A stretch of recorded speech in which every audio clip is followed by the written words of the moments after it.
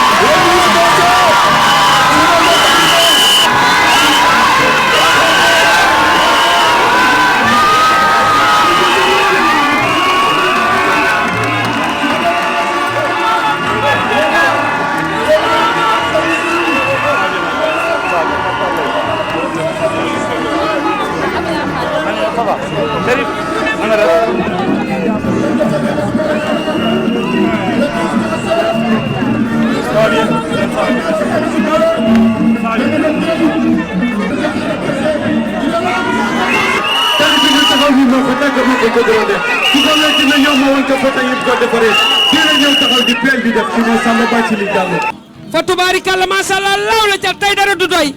asalaamaaleykum wa rahmatullah ñu ngi nuyu ñëpp ginnaaw ba la coordinateur ñëwee dans le ministre conseiller Youssou Ndour dañ leen di jox kàddu gi ki nga xam ne mooy Youssou Ndour mu wax li nga xamante ne noonu la débat bi demee tey jii xam ne tey Ouakam on va veiller aujourd'hui ce sera une veille nocturne une nuit blanche ñun ak yéen ak monsieur le maire ak le ministre conseiller kon monsieur le ministre conseiller je vous donne la parole. Su votre applaudissement Ouakam wala ngeen je votre applaudissement le ministre conseiller va parler Youssou Ndour fekkee ma si boole Youssou Ndour il a la parole monsieur le ministre conseiller vous avez la parole. jërëjëf jërë ngeen jëf monsieur le maire maa ngi lay nuyu Bathily di lay jox sa wàccuwaay ak sa taxawaay ndax fii ku fii dugg yow yaay premier magistrat bi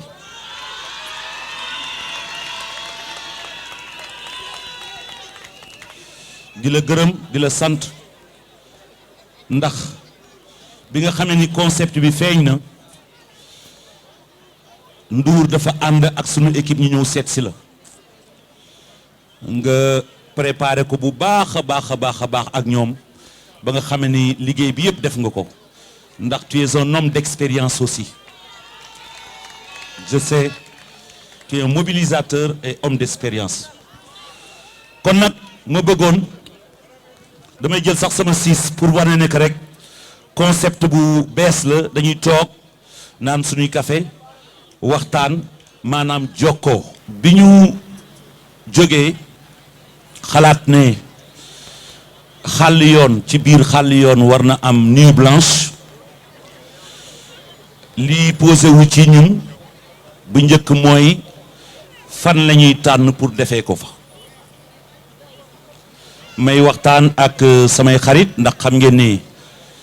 Ouakam fii laa dëkk bay bari naa fi xarit waa ji ne ma kenn ci ñoom ne ma yow Ouakam ma ne ko naam mu ne ma Ouakam ngay def nuit blanche mu ne waaw mu ne waaw Ouakam dañu compliqué de ma ne ko ah bon lan mooy compliqué mu ne ma Ouakam boo fa ñëwee waxal li soxal Ouakam li intéressé Ouakam liy tax Ouakam avancé ñoom yu bare duñ ko nangu yu bare du jaar kon nag ma ne ko mais yow loolu du compliqué loolu mooy am fulla ma ne ko ñoom lay wër Ouakam xam ngeen sama diggante ak Ndour nii Ndour jógal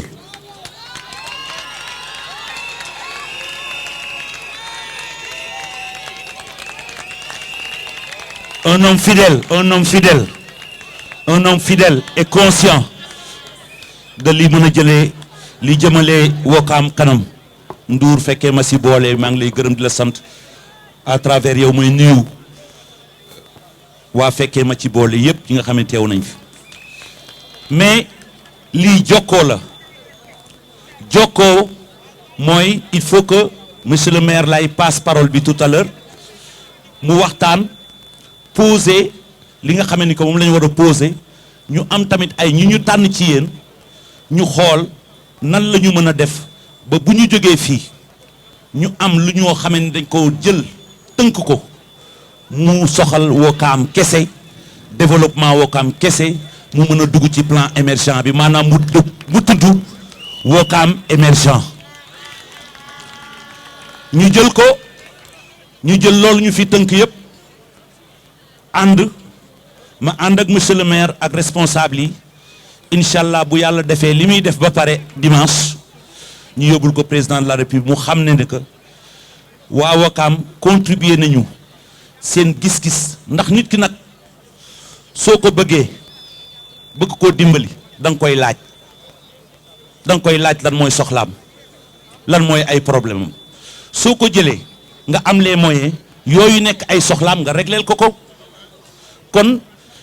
nuit blanche bi dafay jëlee fii ay idée ñu yóbbu ko ba ci kaw pour que loolu bu xelam demee ci dafa war a defal waa Wakaam mu xam ne que fii la ñu tënk wax ji loolu mooy nuit blanche bi kon nag maa ngi jógewaat ci 6 bi dellu ci 6 bi ci ginnaaw demander monsieur le maire mu ñëw ci 6 bi waxtaan café gi mën ngeen koo naan def leen lu leen neex ñu waxtaan ndax ñun lépp lu ñuy def ci jokkoo lañ ko wéer bu soobee yàlla dinañu développer waat ci point yëpp yi nga xam ne dañ ko am bëgg ko waxtaan ak yéen maa ngi aussi profiter ci occasion bi ndax ñun ñii ñëpp mën na am na ñu nekk ci biir tamit dañu nekk ay indécis ci élection bi ñu jëm mooy maanaam tànn guñu am na il faut le reconnaître on a la majorité mais loolu am na waaw am na ñoo xamee ni que décider guñu te ñooñu waxtaan yu mel ni mooy tax ñu décider te lu nekk rek ci point yi dinañ ko développer kon monsieur le maire maa ngi lay jox kàddu gi di la remercier encore une fois parce que nuit blanche bi nga xamee ni que moo lëmbe réew mi actuellement ku ne woon na ma nag ne ma nuit blanche bi na ñëw ma ne ko daal Wakaam daal moo ñu jikk ku ne kon nag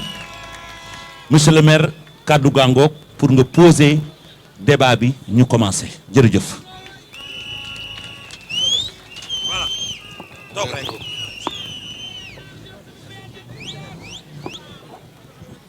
jërëjëf monsieur le ministre Youssou Ndour li nga def nii rëy na lool ci ñun damay faral di wax ci meeting yi ne xeex moom boo koy def ku la dompale sax jàppale na la kon ñu ngi lay gërëm di la sant ndax dompalewuloo ñu da nga xët ci xët mi nga ñu xëtle ñu ngi lay sant bu baax a baax a baax xam nañ sa calendrier ni mu chargé mais mënuma wax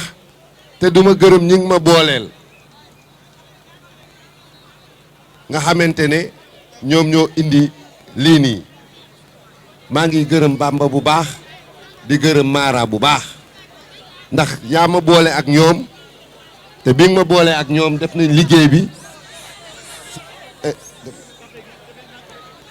bi nga ma boole ak ñoom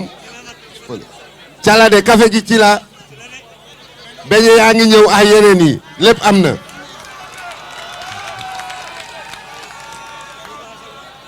kon damay gërëm ñi ngi ma booleel monsieur le ministre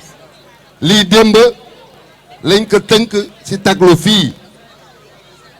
tey jii ñu concrétiser ko may gërëm nag ñëpp di jiital waa Wakaam Chérif Tornat ñu ngi lay nuyu may gërëm ñi nga xam ne laa boole woon ak sa équipe muy sama directeur de cabinet Souleymane Diagne ak conseiller municipal bi nga xam ne moom mooy Ngala Samb bëgguma lim ndax su ma limee damay juum équipe bu campagne bi maa ngi leen di nuyu maa ngi lay présenté it coalition bi nga xam ne moom lañ yor ñii ñëw ànd ak man ma siy jiital sa xarit sa doomu ndey muy Cheikh Tidiane Ndour di si teg ki nga xamante ne professeur d'université la jigéen ju man góor la muy Mbossé madame Guèye maa ngi gërëm aussi ki nga xamante ne moom mooy Mamadou Guèye mu ngi fii may gërëm équipe yu jeunes yi nga xam ne dañ ñëw jàppale ñu ma si lim ko ñuy wax Lamine Pen maa ngi gërëm Aram aussi mu ngi nii mu bokk COJER duma lim nag ñi nga xam ne ñoo ànd ak man damay jël kenn rek teg ko si loxaam muy madame le maire Aminatou Fall jigéen jóg na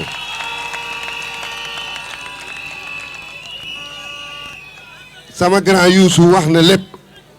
xam nga toujours dañ war a def lu bees meeting baax na bu ñu ñëwee dañuy def rek répétition mais nit yi dañ am ay soxla te seen soxla yi dañ bëgg ku leen ko leeralal si kaw loolu meeting yi xëj na lépp du leer. monsieur le maire doguma la lan mooy réalité Ouakam.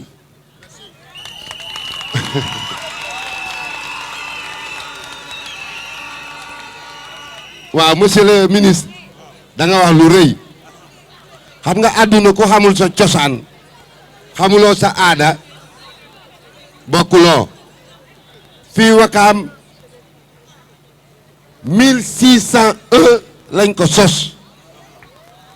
suñu maam Aliou Ndoye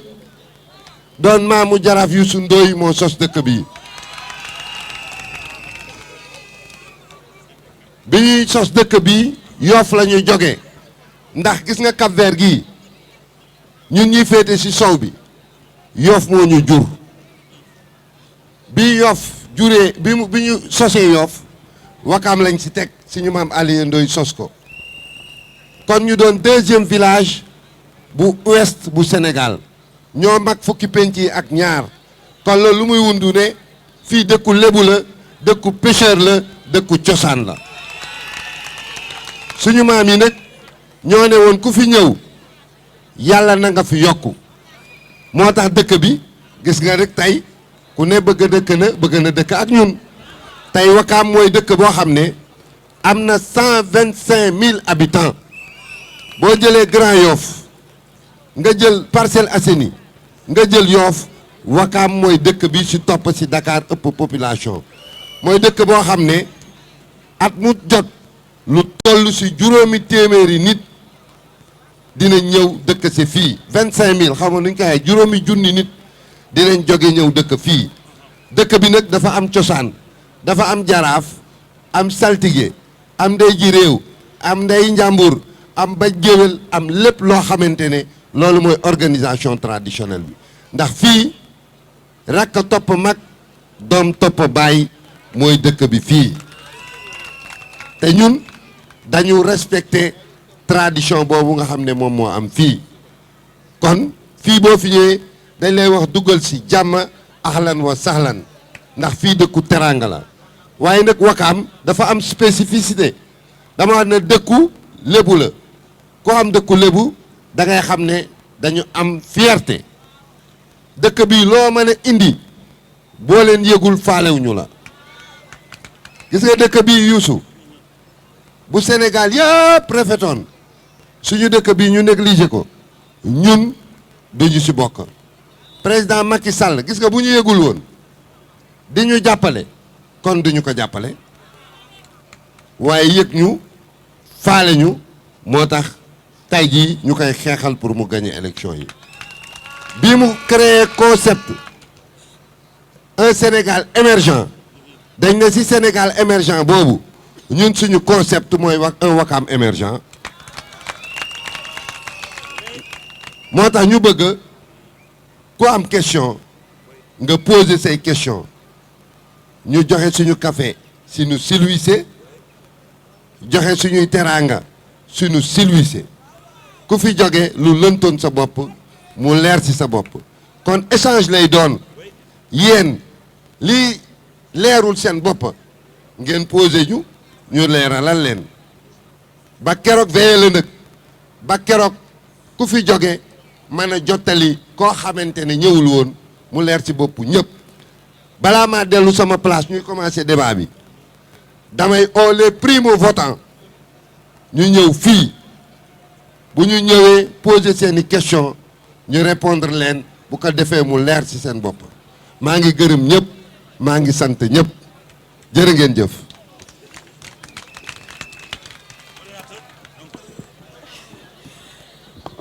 aouzu billahi mina sheytaani rajim bismillahi rahmani rahim alhamdulillah alhamdulillah alhamdulillah alhamdulillahi lazi sadahna wahdahu wa awasana al arda natabawaw min al jannati haythu nasha'u fa nihmal ajrul aminin. li ma wax fii tey mu ngi signifié maa ngi sant yàlla bi mu ñu dëggalee lim ñu digoon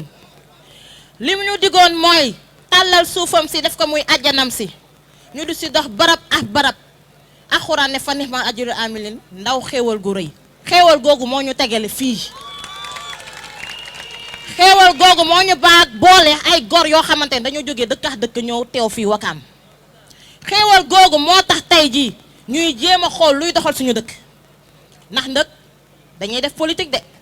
mais gëm politique de développement moo tax ñu tomb si ginnaaw Samba Bathily Diallo gëm politique boo xamante ne day suqali suñu gox comme ni ma ko waxee ay lébu lañ dañu fier ku ñu yëg ñu yëg la ku ñu yëgul ah xayrul. léegi question bi may posé mooy tey jii bu ñu paree si lii kat président Macky Sall lan la programmé pour Wakaam déjà ak jeune Wakaam lan lañ programmé pour ñoom di wax nag sama cofeel ci Youssou Ndour. salaamaaleykum mbooloo bi maa leen di nuyu ku si nekk sa tur ak sa sant di nuyu assistance bi nekk sama ginnaaw sama question nag monsieur le maire mooy que tey yaa ngi jàppale Benno Bokk Yaakaar te tàmbali nga say assainissement est-ce que tey Macky Sall bu gagné incha allah rabi au premier tour ndax dina la jàppale nga yeggali sa projet assainissement rawatina cité avion bi nga xamante ne fa laa dëkk. Oui, monsieur le maire va répondre à vos deux questions. Monsieur le maire, pour répondre à vos deux questions. jërëjëf Aji Fatou da nga poser question nga ne lan la président Macky Sall prévoir pour Wakaam ak bu gagné lan la prévoir pour les jeunes de Wakaam muy question bu intéressante damay wax ne tàmbali na ak ñun ndax ku ma xam man xam ne président Macky Sall man bokkuma ci partem bokkuma sax ci coalition bi biñ may fal fii président Macky Sall faluma bu ma waree faluwaat it du moom moo may fal yéen yii yéen a may fal takkuma ndomba tànkam su ma ko jàppalee c'est parce que dama gis ci moom ak ci programme am loo xam ne jeune Wakaam ñu ngi ci biir waa Wakaam ñu ngi ci biir bii ma ko commencé ne dinaa la jàppale yàggul bi ma waxantee ak moom pour Wakaam li ma ko jëkk a posé jeunes yi posé ma ko mooy le problème du stade de Wakaam defe naa fii ci Y bi lañ doon defee réunion yi matul une semaine mu joxe ay directives ñu commencé stade Wakaam bi d'aucuns me diront que stade bi dafa taxaw waaye ku ne xam na ne stade bi bu taxawee su ñun la waaye lii président war a def muy dégager fonds yi ñëw teg ko suñu loxo xaalis bi mu ngi toog mu ngi yemba kooku muy benn ñaareel bi day duggaale ci deuxième question bi assainissement dafa soxal Wakaam ndax suñu position géographique suñu nature sol dafa def ne dëkk bi fii dëkku xeer la boo defee fosse it sa fosse dafay gaaw a fees kon lu ñu mun a wax te defaruñu assainissement dëkk bi cadre de vie bi day des si loolu ma dem ma posé ko ñu def un programme boo xam ne dafa jël cité avion dem ba Batrin ñu tuddee ko assainissement montagne rouge Batrin si loolu def nañ appel d'offre bi attribué nañ le marché loolu suñu ko defee mu ñëw mu fekk si li Baye Góor gi wax léegi muy semi collectif bi ndax Wakaam mooy le seul village boo xam ne biir village bi yëpp am na assainissement ba romb village bi dem ba cité avion donc yóbbaale na Léona yóbbaale na Touba Wakaam waaye loolu doyul cité avion moo féete partie est bi beneen partie bi muy partie ouest bu Wakaam ñu koy wax cité El Hadj Malick Sy wala ñaay bi foofu la suuf si gënee dëgër man maa defar projet maax les résidents te ñu représenté wu ci seeni collectif ñu defar projet bi étudier ko fay étude yëpp dégager xaalis ñun ñoo collectif yi dem ONAS ndax mënoo def ci assainissement du une compétence transférée ñu dem directeur u ONAS bu may remercier waale au passage valider ñu ko defal ñu ni mu gënee yomb waaye loolu doyul ndax bu ñu amee loolu rek te amuñu soutien état du ñu dem ku jaar tey ci cité yooyu commencé nañ def assainissement bi foofu am na ay ville ay kër yoo xam ne ils sont en train d'être soulagés si li ma waxante ak président de la république dañuy jël plus de 1600 maisons yoo xamante ne dañ leen di connecté ci assainissement bi nit bu la joxee ndekki bu la diggee añ da nga koy gëm président wax naa leen léegi jàppale nañu ci stade bi tey boo demee géej di nga gis ne foofu noonu gaal yu bees yi nga xam ne ñun ñoo am honneur u première pirogue à verre fii lañ ko defaree fii la machine bi fii la usine bi ne gaal yi dañ leen di équipé de GP nga xam ne foo mun a nekk ci biir géej gi en temps réel dañ lay mën a localiser ou localiser loolu fii lañ ko def beneen bi Dakar ku ne xam na ne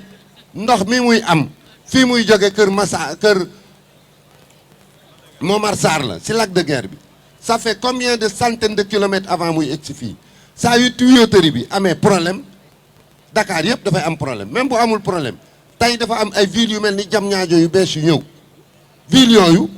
su fekkente ne dañuy ravitailler wu ndox mi balaa egg a Dakar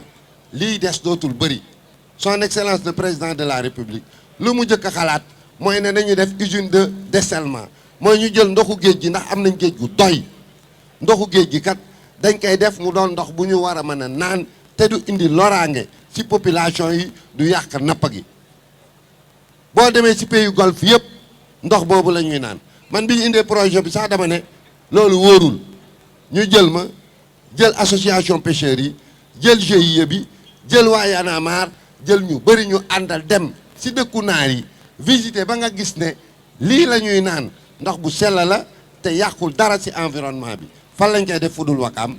yooyu buñ ko defee teraanga biy jëkk a génn fan lay ñëw du ci doomu Wakaam ñii ciy liggéey fan la ñuy jóge du Wakaam bu ñuy tudd Wakaam turu Wakaam rek ñu naan usine de dessalement bi Wakaam la ne ku nekk xam na ne dëkk bu la ëpp tur moo la ëpp koom kon loolu bokk na ci li nga xamante ne ay projet phare yu président de la république am fii commencé ko ñu commencé ko def fii man nag am na projet yu ma waxanteex moom man maa wax par expérience doo ko wax par expérience duñu ko wax ndax chaque fois que ñu wax bu ñu commencé réaliser mu am ñoo xam ne dañuy jaar gauche ak droite ba nga xam ne suñu projet dafay yàqu ma jëlaat beneen pour wax ne président dafa yëg Wakaam président ku ne xam ne les cités religieuses mu ngi koy defaraat Wakaam fii man maa dem ne président de la république jàppale ñuy defal suñ jumaa ji jumaa bi ñu ngi wax naan Wakaam waa bu nekk benn sac de ciment bi ma ko waxee ak léegi ça fait tout juste 8 mois mu yónnee ma ñi nga xamante ne ñoo yor lépp luy architecture à la présidence tey si tënk mu yëkkati matériel bu bëri jox ma ne ma tàmbali leen dañu tàmbali ak li mu ñu jox tàmbali ak matériel bi mu ñu jox bu ko fi yàlla tegaatee au premier tour muñ demaat mu dolliwaat ñu ñëw ñu indiwaat Wakaam dinañ ci dellu ci waat ndax des na yeneen question xaw ma ndax Adji Fatou tu es satisfait ou pas. monsieur le maire man dama bëgg ñii ñu jàkkaar lool ëllëg du ma ci gis kenn sëgg du ma ko def moom kenn jaralu ma ko te kii it kenn jaralu ko da nga wax ndimbal na ca fekk loxol boroom yow de xaaruloo waaw gis nga ku amul doole booy def projet dafa war a dëgër pour mu yàgg assainissement boo ci defee li nga ci war a def sunu génération yeneen génération yi ñëw yëpp ci propreté la ñuy dëkk ci lekk ak lu naan lu baax la ñuy nekk wér-gi-yaram pour mën a tàmbalee jariñ sa bopp kon nag projet yi nga fi wax yëpp surtout innovation yi yëpp dafa am sécurité bu mu jël bu dee ndax gaal yi c'est très important beneen bi mooy assainissement bi c'est très important parce que loolu mooy tax nii dëkk bi di yaatoo ñëpp bëgg fee ñëw extension boobu aussi ñu bañ ko bloqué te man dafa am benn question boo xamee ni que dafa ma amal importance mooy jeunes yi ma bëggoon laaj benn question et buñ ci mënee rebondir mooy est-ce que xam ngeen DER ah xam ngeen DER foog naa dafa am kilifa gu yegg si jaraaf waa mon ami ça c'est mon ami. waaye il est le lion de Wakam Khadim Cissé jaraaf yegg si na. waa ndeysaan dama ne waa Wakam li mooy Wakam jaraaf Youssou Ndoye Samba Bathily Diallo dama ne lii mooy Wakam tey sama xol dafa sedd ma ne monsieur le maire jaraaf a ngi nii sa doomu ndey ñëw seet si la dama ne monsieur le maire tey sama xol sedd na dama ne waa Wakam lii mooy Wakam jaraaf Youssou Ndoye Samba Bathily Diallo ñoom ñoo fi nekk Wakam a ngi nii toog tey ma ne monsieur le maire le lion jaraaf le lion monsieur le maire le lion jaraaf le lion monsieur le maire le lion jaraaf le lion monsieur le maire le lion jaraaf le lion sama xol sedd na jërëjëf monsieur le maire yal na la yàlla may gudd fan jaraaf sa doom a ngi noonu tee ko. Je parle des jeunes et c'est très important pour que ñu xam ne réew mi dafay dox dafa am nu mu nekk te yàlla bay sa toor man dama commencé liggéey dama commencé lii may def nii boo maa am fukki at ak ñeent billaay bu fi DER amoon dama ca daan capp mu financé ma gën a gaaw ñun xamuñu woon loolu imagine yéen chance bi ngeen am ñun man de aw ma ko woon dëgg la état bi mës na defar école defar affaire santé structure yu bare yoo xam ne mi ngi fii gàcce ngalaama état wu Sénégal mais ñun bi ñuy tàmbale amul woon DER amul financement yëpp yu bare amoon na mais amul woon loolu kon yéen da ngeen am chance boo xamee ni que c'est un plus par rapport ak ñun sunu génération. dama dégg léegi monsieur Youssou Ndour wax ndax xam nañ DER aha kañ xam nañ DER Amina moo tax ñu xam DER ñun dañ nekkoon ndox muy ne dégguy nelaw Amina moo ñu yee ku sa néeg bu sàmbaraaxee ku sa néeg tooy rek xamal na noonu la Amina yaa ñu xamal DER man mii dem naa DER suñuy dossier DER ak suñu li ñu war a liggéey suñuy nu tudd transformation suñuy projet mu nga DER ñun ñooy jigéen jóg na biir Wakaam man dem naa DER benn yoon dem naa DER ñaari yoon maa ngi ñaan yàlla nag ñi ñuy xaar ci DER yàlla nañ ko gis bu monsieur Macky Sall faluwaatee. incha allah DER bi dina ñëw fekk leen fii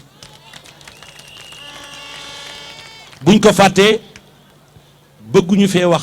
lenn loo xam ne que bu ëllëgee ñu mën a sëgg duñ ko def. asalaamaaleykum mbooloo mi ñu ngi nuyu kenn ku ci nekk ci turam ak santam tur bi di Mouhamed Lamine Pène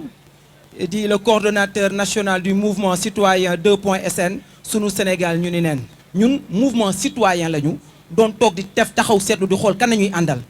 le président Macky Sall bilan doy ñu profilam gën ci 5 candidats yi nga xamante ne ni ñoom ñooy xëccoo réew mi.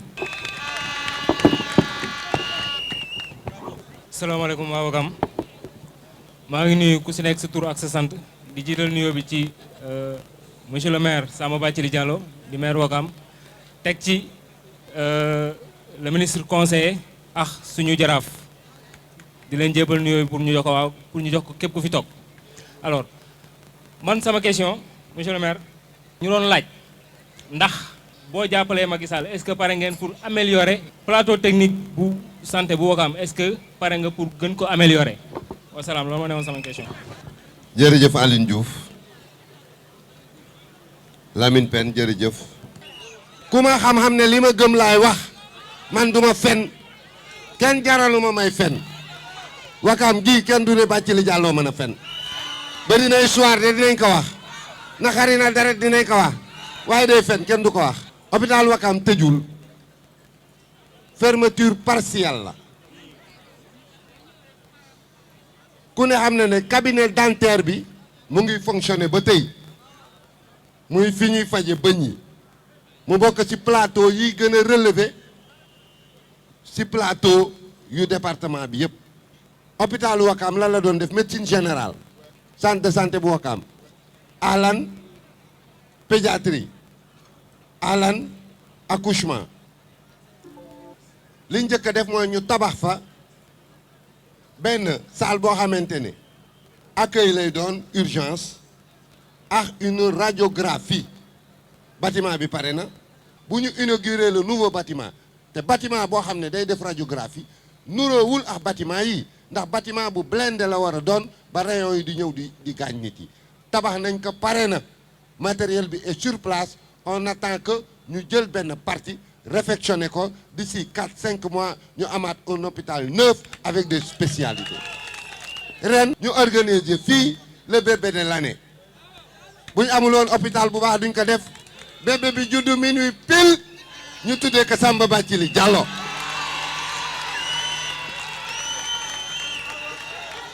donc je pense que foofu on a répondu. xam nañu ne que Ouakam dafa war a am plan pour émerger xam nañu ne tamit que le problème des jeunes posé wu na pour liggéey mais li ñu leen di wax rek dafa mel ni waa ji yor gaalam ñëw ne la dama lay yóbbu Eldorado mooy Europe nga dem ba foofu doo fa fekk dara mooy bu leen kenn nax wax dafay leer. moo tax les jeunes yi nga xamee ni que da ngeen war a voter toll ci âge voter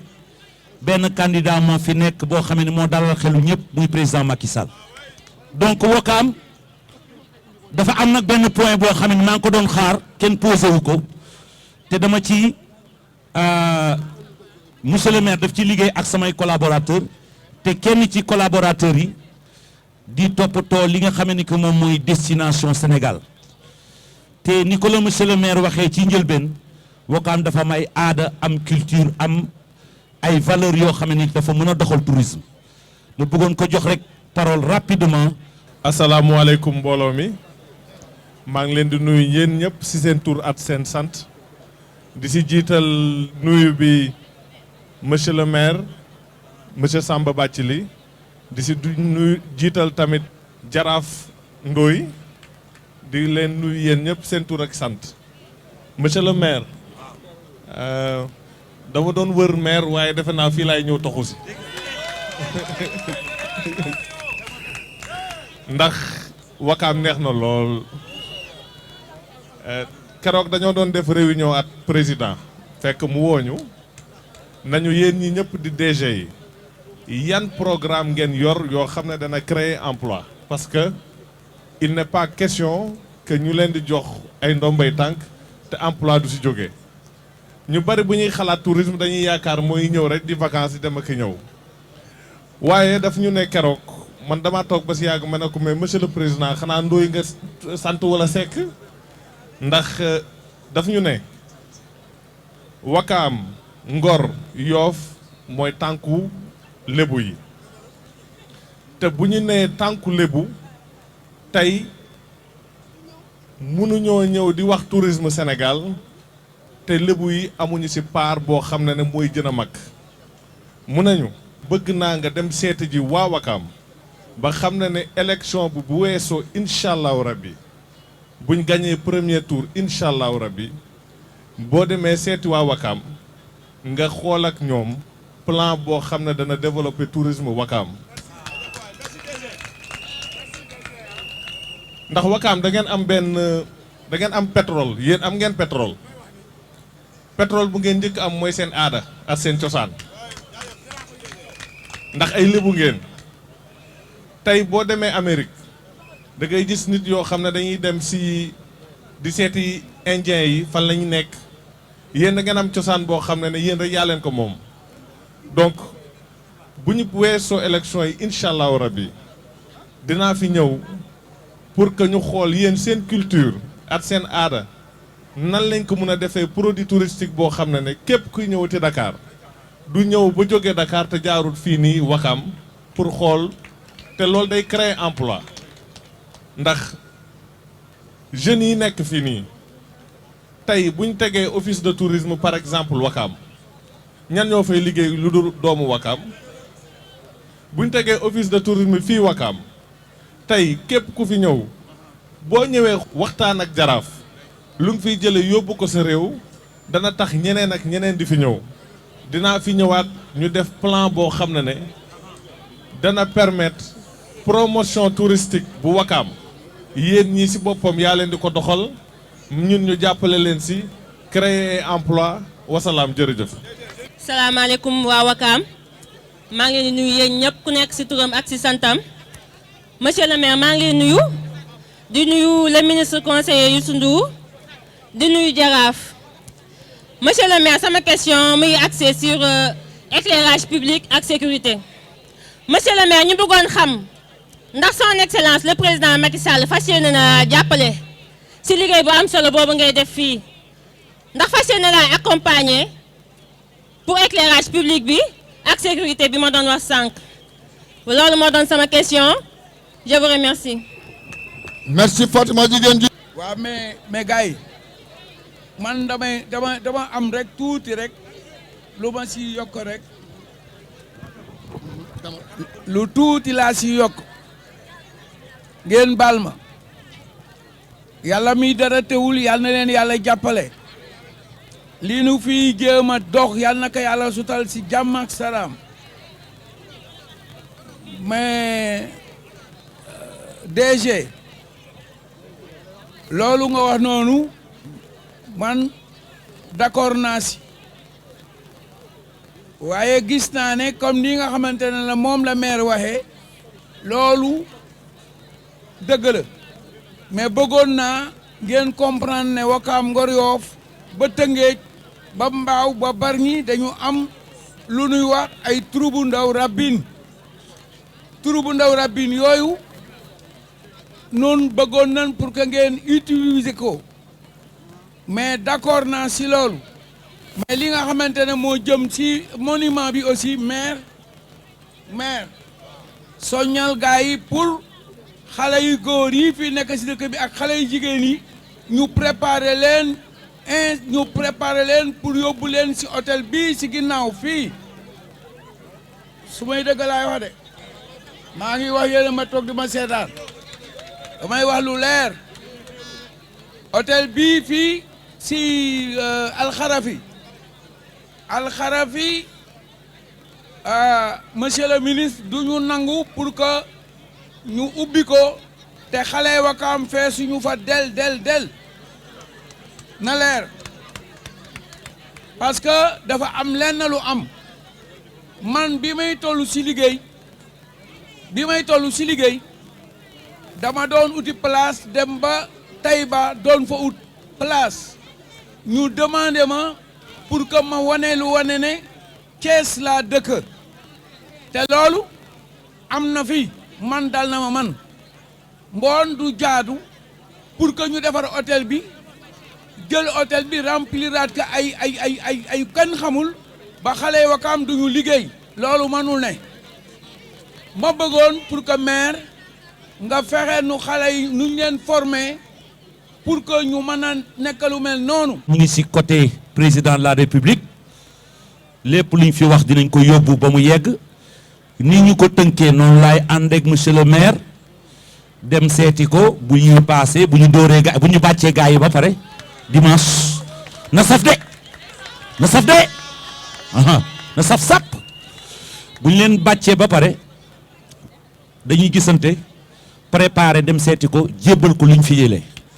loolu mooy am. wolof dafa ne saabu du fóot boppam xewi na saabu day fóot boppam. am na benn waay boo xam ne xam lan la ma wax dafa ne ma mais Youssou Macky Sall day luxus wala lan ndax Macky Sall bi mu ñëwee lim fi fekk si budget réew mi amul lenn lu jógee feneen yokku ca pétrole bi ñuy wax dara duggagu ci kon li mu def yëpp fan la jaar ba def ko ma ne ko dafa fekkoon gars yi di am nu ñuy distribuer moom mu redistribuer moo tax affaire bi impacté kon moo tax ma ne saabu day fóot boppam ñoo ko def liggéey baa ngi nii la waaj a waxoon xanaa ngi bu ñu tëjee say bët sax da ko romb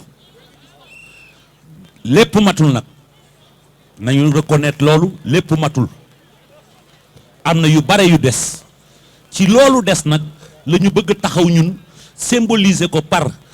mu jóge ci suuf monsieur le maire jëm ci kaw loolu nag man ak yow ñoo koy dox population bi incha allah du ñu taxaw mukk di sëgg du ñu taxaw mukk seen kanam ëllëg di sëgg kon lépp luñ fi jëlee dinañ ko yóbbu ci président incha allah ma leen di wax nag ni yéen waa Ouakam monsieur le maire dénk naa leen Macky Sall waaw dénk naa leen Macky Sall Chérif dénk naa leen Macky Sall yéen waa Ouakam dénk naa leen Macky Sall fi may terminer mooy tënk nañ fi liñ fi wax nañu financement yi wax nañu assainissement bi boo xam ne que monsieur le maire xaaru ci kenn wax nañu domaine santé wax na leen lim leen ci wax tourisme DG dig nañu te kooku c'est dans le cadre de sa politique nationale que dina defal plan promotion Ouakam basé sur la culture et les valeurs wax nañ fi ne affaire formation lu am importance la wax nañ fi ne Ouakam ni mu amee importance il faut que blocage yi am pour que stade bi pare mais dans de bonnes conditions am sécurité nañ ko teggi bu fi kenn di bloqué duñ ko nangu parce que ñun dañoo bëgg sport ci suñu xol dañ koo bëgg waaw donc yooyu monsieur le maire yooyu lañ fi tënk di gërëm nag sama doomu ndey sama xarit sama mbokk militant muy Ndour waaw Serif waaw dëgg la yow gis nga école El Hadj Mbaye Diop Ouakam gis nga Chérif fulla gaa ngi laa ilaha illallah yow di la gis sax bañ laa jox parole wóorut fulla gaa ngi nii na saf-sap ci biir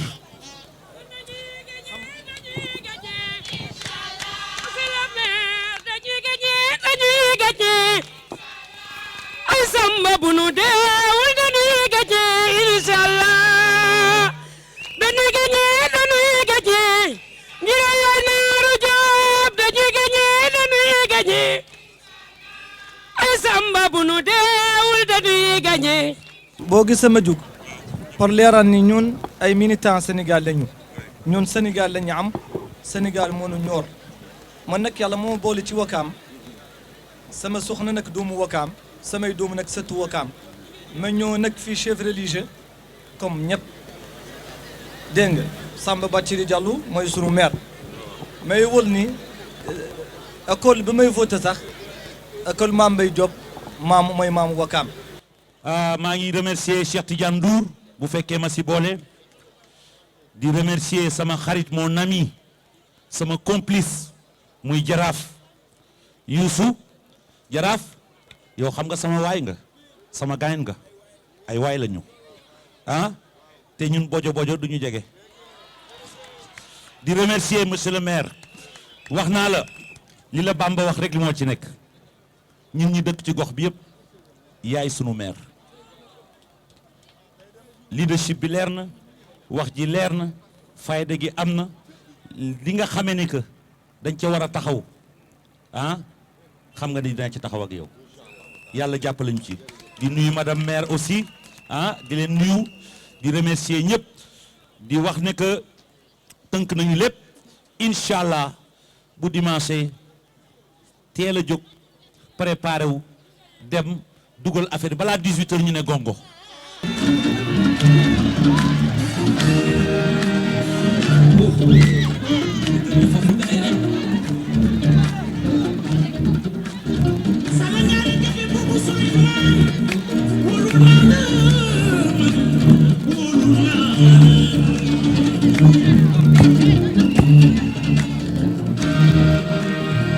Qu'est-ce que tu veux? Je veux rien.